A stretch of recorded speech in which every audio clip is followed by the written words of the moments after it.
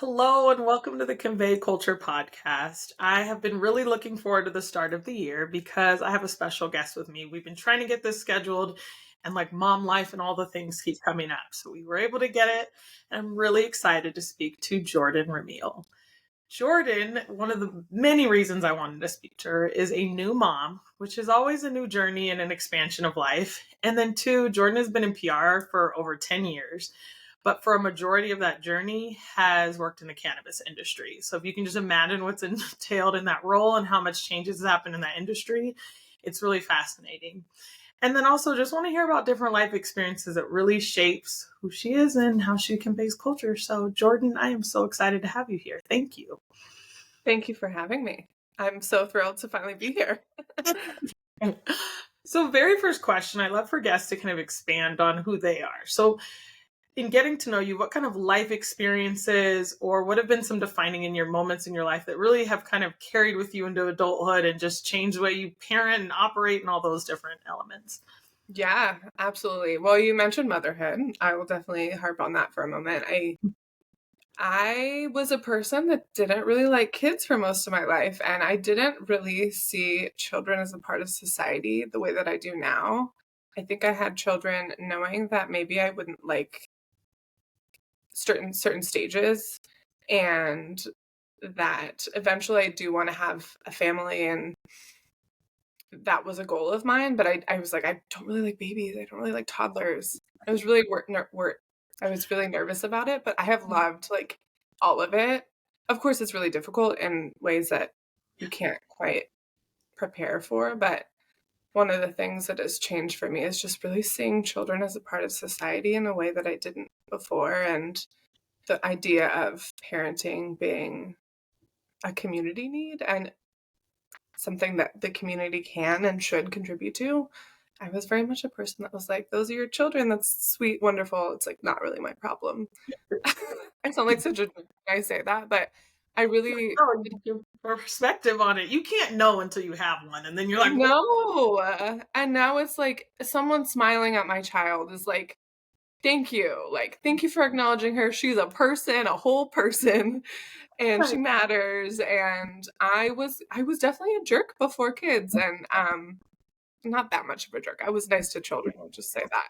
But that has really changed how I see work and community. And I think that changed for me during COVID, where I was seeing my colleagues with their children, right? Like we're on a call and it's a really important call, but their most important person is actually in the room and wants to eat lunch. And like that's actually more important than the call. And just seeing people I really respected and admired doing their parent thing while also working was eye-opening to me, and I saw it for the first time. I really had not been around a lot of parents of young children especially, and that changed a lot for me. Also, remote work changed a lot for me. I saw the possibility of parenting in the ways that I wanted, and it's done a lot for me in my first I'm 19 months in to having a child and being a remote worker, and it's been a wild ride. it is a wild ride. I don't think whenever people ask us oh, should we have kids? Because we have four. And so they ask us that question. I'm like, I cannot ever answer that for you because parenting is such a lifetime commitment that you have to be prepared for it. But my husband and I always call the kids tiny humans when they were really small because we wanted people to understand we're not raising children. We're raising these tiny humans that have to go in the world and function. So they need a village. They need to be able to engage. So parenting and remote was weird because you were parenting on film and it was just I have to, I have to feed a kid. So Yeah. that introduction to parenting must be wild. I can't even imagine that. Yeah. I also have a lot of respect for those parents that were stuck inside with their children for all that time during COVID, because having community is so important. It's really so important. Um, I value it so much more than I really ever did before. And how has that changed? I feel like you have this combination now where when you don't have kids, you kind of see your career one way, but also you have a relationship with your partner that you manage differently or you engage with differently. And now there's these there's three priorities, right? You have yourselves, and then you have a baby. So it's just a lot to manage too from a career and family perspective. Absolutely. I feel like I'm still figuring it out. I say all the time right now that I feel like I had a baby yesterday. Like my daughter walks and talks, but I'm still breastfeeding. I still feel very attached. Like we're just attached to each other. I don't feel like we've figured out that, we're going to go out and like let the babysitter put the kid down. We haven't gotten to that point yet. Um, and so it feels very new and confusing and strange to me. And I will say I absolutely have not figured it out. Like not even a Oh, little bit. if any mom says they haven't figured out, or parent, I'm not even say mom, it's a lie. Like, and then if everyone chooses to have another kid, if you choose that, it's a whole different personality and a whole different kid. So it's like it starts your book all over again, and you're like, I still don't know what I'm doing. It's crazy. Yeah. Was there a It's point that it did start to feel like you can like have your No, own they're always evolving. Like I have high Mhm. schoolers now, and I'm like, who are you, and what am I dealing with? And the weirdest thing is, I thought the hardest stage was 2 and 3 were the hardest, Yeah. just intensely. You're trying to keep them alive in a very intense way, and they're determined Yeah. to fight you on it. And then you get like, they're like, no, I want to run in the street. And I'm like, why am I having this argument with you? So I thought that was challenging. But then you go into, especially balancing work, I found teenagers to be, because you have to be present more. They are getting into stuff in a whole, they're not like, ooh, that's hot. They're like, I'm going to go do something that they're really branching out into the world. And so I don't Mhm. think there's ever a stage. And I've one in college and he's doing stuff. So you just like never, they need you at different stages. But career wise, that middle school elementary was a sweet spot. It was like, okay, we Mhm. got a system. You have after school activities, but it's hard. I don't think there's a roadmap for it. I think it's hard. How have you Yeah. found balancing work? Well, remote work really helps. I Mhm. work with a team that's mostly based on the East Coast, so I like kind of flex my hours to that Mhm. so that I can, pick my daughter up after school and be with her. My husband is self-employed, so he's really flexible, which it really helps me out. He can go to a doctor's appointment in the middle of the day when I can't. That is a huge deal. And I mean, right now, literally right now, my team is meeting in Boston and I'm not there. And it was a hard decision not to go, but I couldn't logistically make it happen. It's a really far distance for me. And I haven't spent a night away from my daughter yet. So yeah, That's figuring not. out when to say no and finding a schedule that works for me and planning ahead as much as I can as well. That's the one thing about PR that can be kind of tricky. Something can happen on a Saturday at 2 o'clock that you're just not planning for. And it's kind of a matter of figuring out what your priorities are and what you can do differently in your day to figure it out, both on the parenting side and on the work side. And every day is something new. Something wild comes up. So, Absolutely. Yeah. and you're in the cannabis industry. So how has Yeah. that been as a mother being in that industry, but also even breaking into it as a woman? I feel like anytime I go to cannabis events, diversity is not what I notice firsthand in a lot of times. Mhm. So how has that been for you, your experience, and then also being a mother? Yeah. Well, on the diversity end, I have been lucky to be surrounded by a lot of women. Mhm. Um, I have really valued that, especially a lot of mothers, which has been cool. But not a Yes. lot of mothers who are talking openly about cannabis use, and that can be really tricky. I have talked about my perspective on cannabis and how it has changed since I became a parent, but I don't talk about consumption as a choice. Like, it's just not something I want to talk publicly about. And that after being publicly a cannabis consumer for a long time is a big change, and people have assumptions about me. Um, so there's been a lot that has changed, and on that end, our house feels very sober these days. Um, and it's funny, my husband and I talk about like I don't want to smoke a joint on my couch right now, but I miss the feeling of just smoking a joint on my couch and not being concerned about literally anyone or anything else. I don't have that ability anymore. So, just like the different mindset overall has changed. I mean, that's how it goes, right? With anything. I mean, It literally with does. anything. even in having, we always have conversations because there's like this culture of wine moms, completely Right. acceptable. Wine Mhm. mom culture is completely acceptable. Cannabis mom culture, any of that is less talked about. Now, maybe when we move into legalization fully across the nation, we'll get to a better place, but you just feel like culturally it's different. And I find that fascinating because as a parent, I try to talk about alcohol and cannabis in very different conversations because I feel Mhm. like you have to talk to a product in the intention that it is used in and the features of the product. So like my marketing kicks in and I'm like, let me just tell you this and this and this.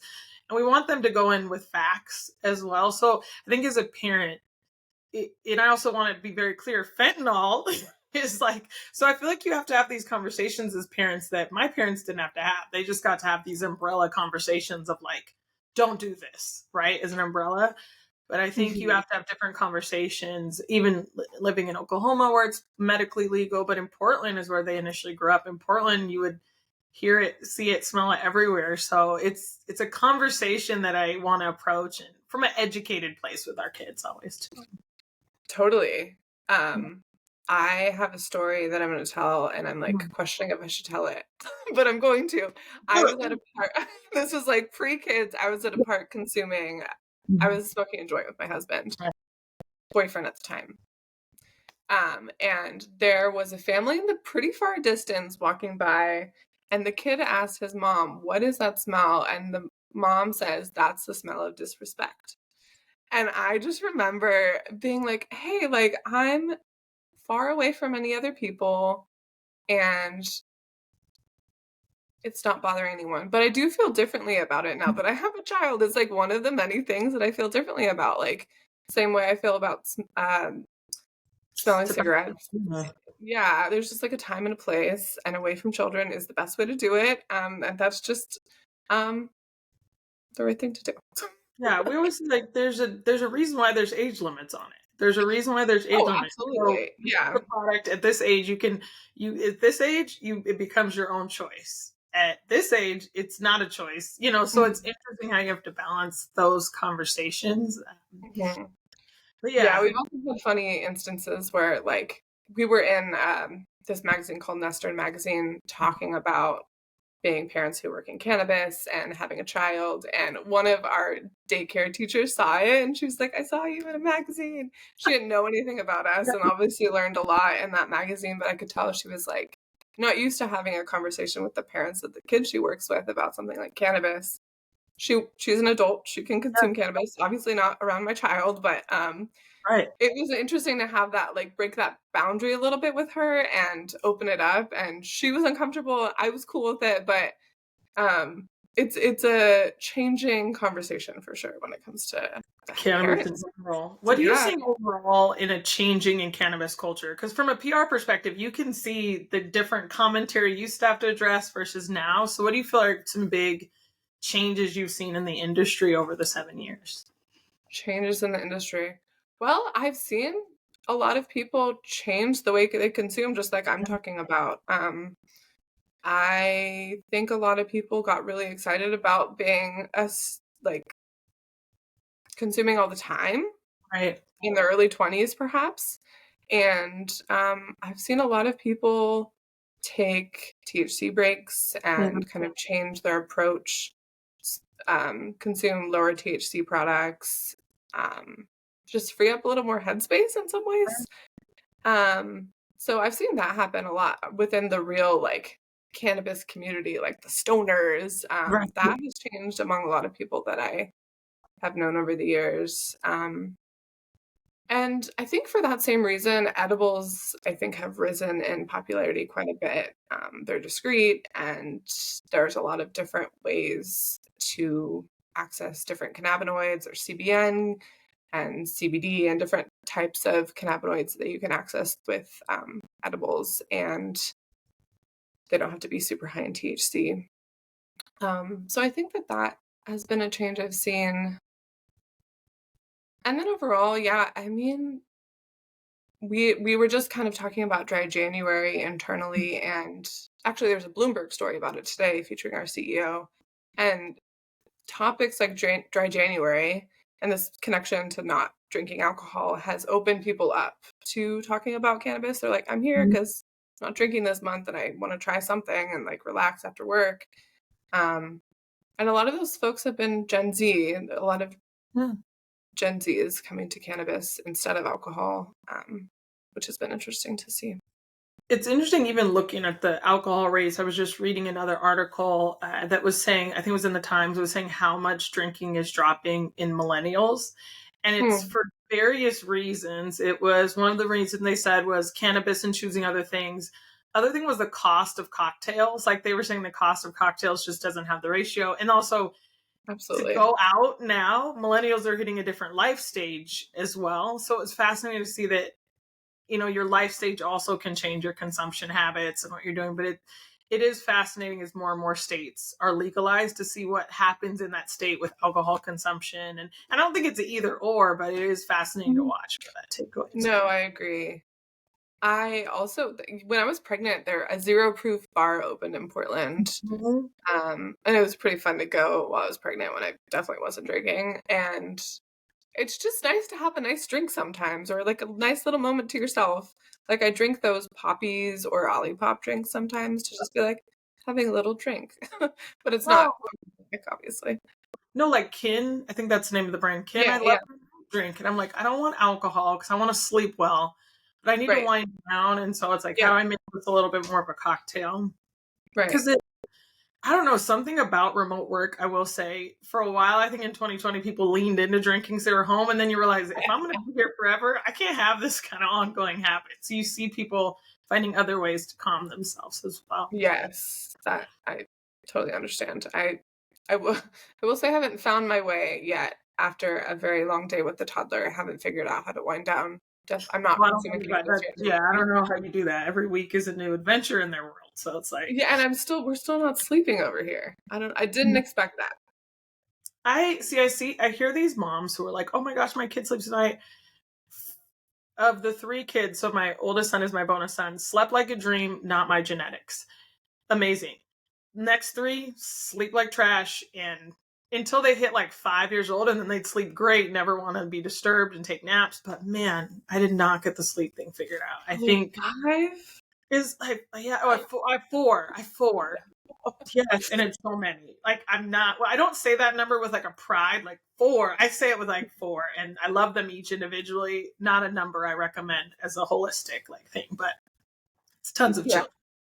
People don't talk about though. I didn't know that was possible. And that's the other thing, like there's many ways that becoming a mother has changed me, but I look at all of these other parents that came before me. I'm like, you did this? Like you did this? Um Has it given you a different vision on your parents? Like, has it given you any, even their journey to parenthood? Has it given you any different vision on that? Totally. For a lot of reasons. Yes, absolutely. So, how has having a child it changed your perspective on your parents? Because that's changed. I think sometimes I look at my boomer parents and I'm like, why did you make these decisions? And the older I get into parenting, it changes. Even their journey to parenthood, because they had us really young. Not, I guess I had kids around the same age, but it feels young looking back on it. So, how is your journey to parenthood kind of, how are you seeing that from your parents' lens now a little differently? Yeah, I think with my mom, I'm really seeing what her acts of love were in a different way than I could see before. She has carried around all my baby items, like a ton of toys and clothes, my whole life. So I'm almost 34, and she's carried around with me for many years saying that I didn't want to have kids and that I thought it was ridiculous that she was carrying them around. But now I'm putting my baby clothes on my daughter, and it's the sweetest thing and like such an act of love that she did to hold on to that. And I can see now that like this baby stage goes by so quickly, and the way she's held on to those memories has been really sweet to me. Um, but yeah, I think that especially as millennials, we do a lot of things differently. And my mom has also been like a core caretaker of my daughter. She came to my house 3 days a week for the first year I was back at work. So it's cool. Yeah, it's been really cool to see her relationship with my daughter and to have support and community. But my parents, they worked really hard to conceive me. They ended up using a sperm donor to have me, and I didn't have the same experience with my daughter, but in general, I see family a lot differently because of that experience, and I understand family in a different way. I actually have been in touch with my donor and his children, and many of his kids have met my daughter. Um, Oh, yeah, that's it's really cool. cool. Yeah. Yeah. And they like consider her family, and Right. it's cool and not what I expected. And so yeah, I've learned a lot about who I am through my identity through becoming a mom, because who I am is also who she is in some ways too. Right. And I feel like becoming a mom unlocks, a parent in general, unlocks this whole new portion of your identity. You find things about yourself. Like I am not a patient person, but my gosh, the patience I can have with my children is unending, right? And so it's interesting to see as you progress in that where you what you unlock about your own self. It's really fascinating. Yeah. And then there's this, I saw this most adorable thing, but they talk about millennial dads are just like the best dads. And they say because they're the most engaged dad generation, they're changing Mhm. diapers, they're in faces, they're at everything.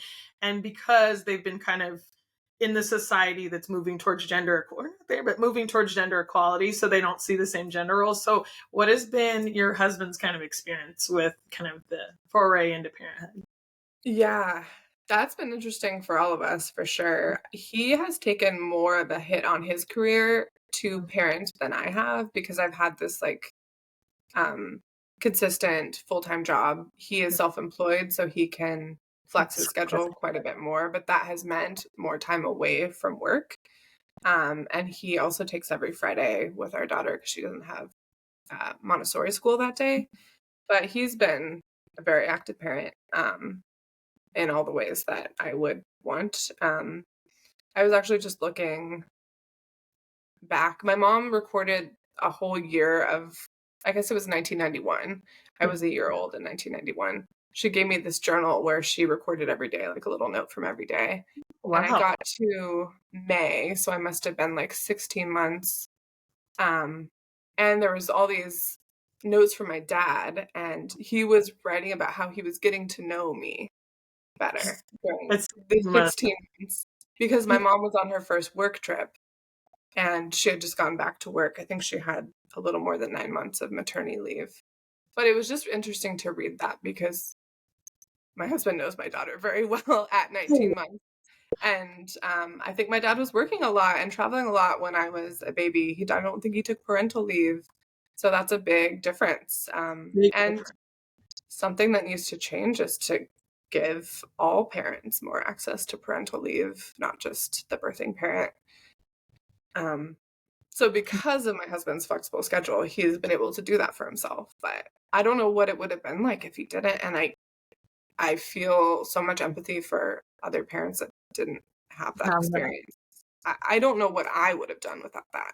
Right. And even, there's a, in our generation, someone's like, I don't want to choose partnership. I want to just, have a child on my own. And when you see that journey, I'm like, that is a journey to be, still need a village, right? No matter who your partner is, you need a village. So to your earlier point about, your children being part of society, I think sometimes in American culture, we forget like children are part of society. You have to go in planning our world with them as a factor in it. Cause I think we often overlook the fact that people have to be parents and children, if you want a continuation of our society, children have to exist. So there's some, Yeah, I feel a lot differently about that part now. We're invited to a wedding in a couple of months that's no children. And I actually had a no children wedding. And I'm like, she's hard, right? 13. She wants to come party. I do understand that there's a place for an adults only atmosphere, but to me, family and community is the place where children belong. And that is so different than how I felt before. It just really isn't. So I understand why someone else might not feel that same way, but now that I'm in it, that's the only way I see it.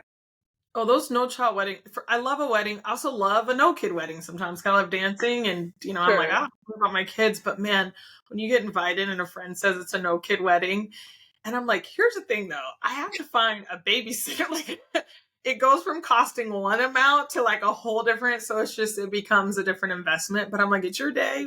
However you want it, you chose, like Yeah, that's, but I've also been at weddings that kids have essentially ruined by screaming. Like, totally. Yeah, I can see that. yeah, so it's always That's a how I felt about mine. I also had both weed and a lake at my wedding, and that was just not a place for any well, children to be. So, yeah, there's a either. time and a place. But she's my little person. She's with me all the time, and I put her to bed every single night of her life. So, yeah, It won't. it's I haven't reached the place where we're like ready to be apart from each other. Neither of us are. Neither one. You'll know. I mean, I think it's different for everyone's situation, especially when you can have that opportunity to know. All right. So back to cannabis, because Mhm. so you do. What are some opportunities you see in the space? Like if you had to do your forecast of what's coming in the space, what do you think is coming?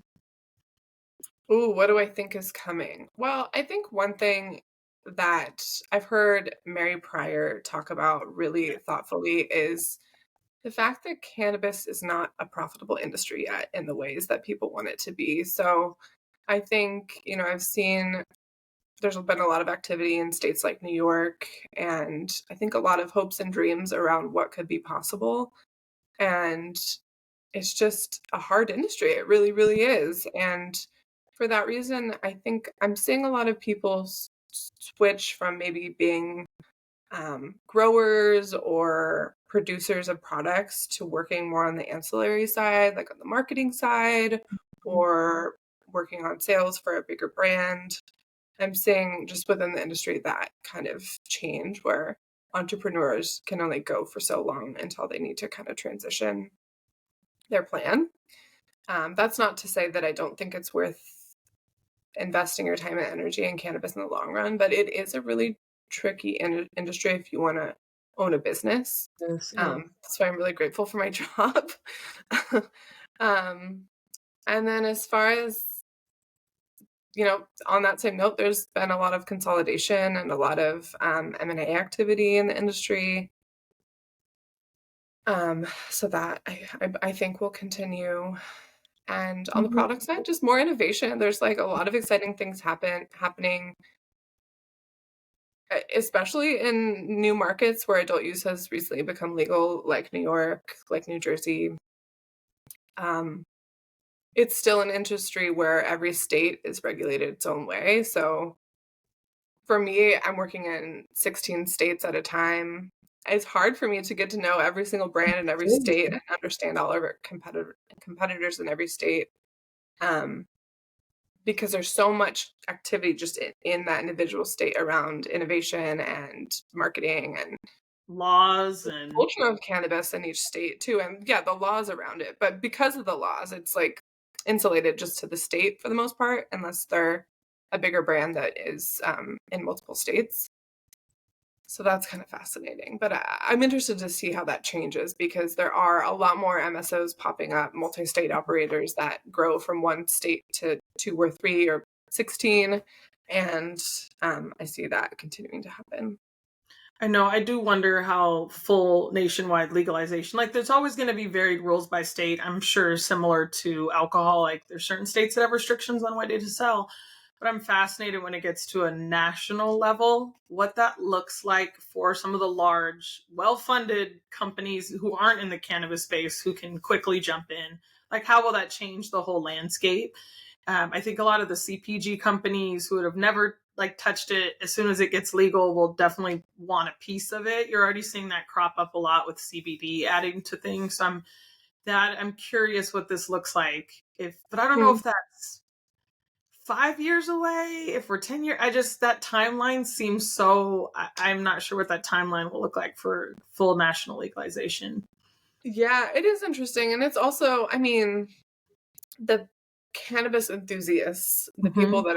that are like diehard, still expect to see whoever they're buying from. They want to know that that bartender or that CEO actually cares about the cannabis industry. Right. So the industry is still holding companies accountable for that. So I don't know. I'm curious how that changes because obviously there's a giant market, but right now I do see an expectation of companies being deliberate as far as how they understand the cannabis plant and respect the cannabis community. That's still important. It is. I also love the community aspect of it. Like I'm in Oklahoma and it's medical Mhm. only here, and it's very different energy from Portland. So it's very unique, to your point, to each state, how you see kind of how it's spoken about. In fact, in my tiny town in Oklahoma, I kid you not, there are probably churches. There's more dispensaries than there are churches, and there's a ton of churches in this thing. So just the ratio of it is fascinating, because I think some of the preconceived notions that people had about a cannabis consumer is just wildly. You go to Portland, you're like, oh, okay, that's a cannabis consumer. And then you come to somewhere like Oklahoma and you're seeing how many dispensaries are being supported by none of which would look like what we call a cannabis consumer. And so I do love that we're seeing a breakdown in who they market to. So you're seeing elder care, and they're talking about how you'd market in that space. And you're seeing it also in, you're just seeing different demographics, all legal, but being marketed to differently. And Totally. it's interesting to see that out of an emerging industry too. No. All right, let's get to rapid fire questions. All right, if you could work with any brand, who would it be and why? This is not something I would have said before having a child, but Sesame Street really knows what they're doing. They're Right. always bringing on timely talent and talking about important topics. I think they were the first to put breastfeeding on TV, for example. They've done a lot of firsts, and I think they present the American family in a really thoughtful way. So that's my answer. Love that. And I'm not going to storm, but I feel like they are one of the most inclusive brands, and they don't get enough credit for it. So I they do. agree. One celebrity that you'd want to collaborate with, and one that you'd want to get advice from. Celebrity, you said? Celebrity. I have always been a fan of Beyonce. I don't know that I would want to collaborate with her though, because she's so hardcore about how she presents her brand, and I just want her to guide that. So I would like advice from Beyonce. I would love that. Who I would like to collaborate with, I should have thought about this one a little harder. It's hard to collaborate. Different. Like you're going to run your own company. Who are you going to collaborate with? Who's your first, endorsement? I don't have an answer. I know you have to say Rihanna now though, because like Rihanna, you can't Oh, with Rihanna, and she's a mom. yeah, So like, actually, that's a really good one. She is a mom, and she does so many different things with her brand. So I'm sure there's some opportunity in there somewhere. So what's up, Brianna? Thank you for that. no problem. I'm just giving credit. What are three of the least? This is always confusing. So, what are the three of the least likely words someone would use to describe you? So, three things they would never say about you. 3 things people would never say about me. I would say boring, rude, I hope. Yeah, right. That's the hope. I would. And I hope that people also wouldn't describe me as especially angry. Yeah. I'm pretty upbeat for the most part. I have a dark side though. I don't. Like anyone can get worked up. I feel like anger is a whole different like thing. Although anger can be a good characteristic. I've seen some I agree. anger. All right. What's your favorite content sources? Like TikTok or YouTube or Instagram? I will admit that I look at TikTok a lot more than I should, but I've learned a lot from it. And I think media literacy has something to do with the way that we consume social media, understanding when people, aren't sourcing stats and are just kind of pulling things out of their mind. So you have to approach content with,